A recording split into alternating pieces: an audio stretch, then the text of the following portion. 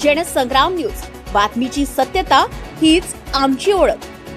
वर्ध्यात पेट्रोलचा गोंधळ की तुटवडा? जिल्हाधिकारी म्हणतात साठा मुबलक पण पंप मात्र बंद।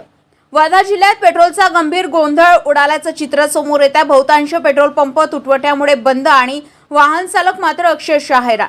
सेवाग्राम येथील पेट्रोल पंप कालपासून ठप्प।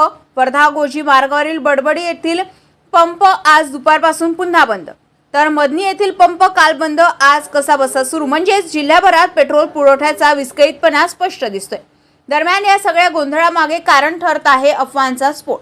2 दिवसापूर्वी लॉकडाऊन लागणार या चुकीच्या अफवेमुळे नागरिकांनी पेट्रोल पंपावर एकच गर्दी केली आणि याच गर्दीमुळे साठा अचानक संपल्याचं चित्र।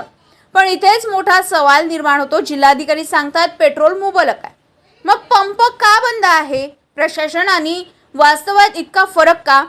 सध्या परिस्थिती अशी की काही ठिकाणी पेट्रोल पंपवर पेट्रोल मिळतोय तर काही ठिकाणी पूर्ण टंचाई।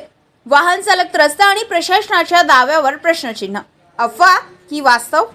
पुरवठा की तुटवडा? यावर आता प्रशासन काय स्पष्टीकरण देणार हे पाहणं महत्त्वाचं ठरणार आहे। रविराज घुमे, जनसंग्राम न्यूज, वर्धा।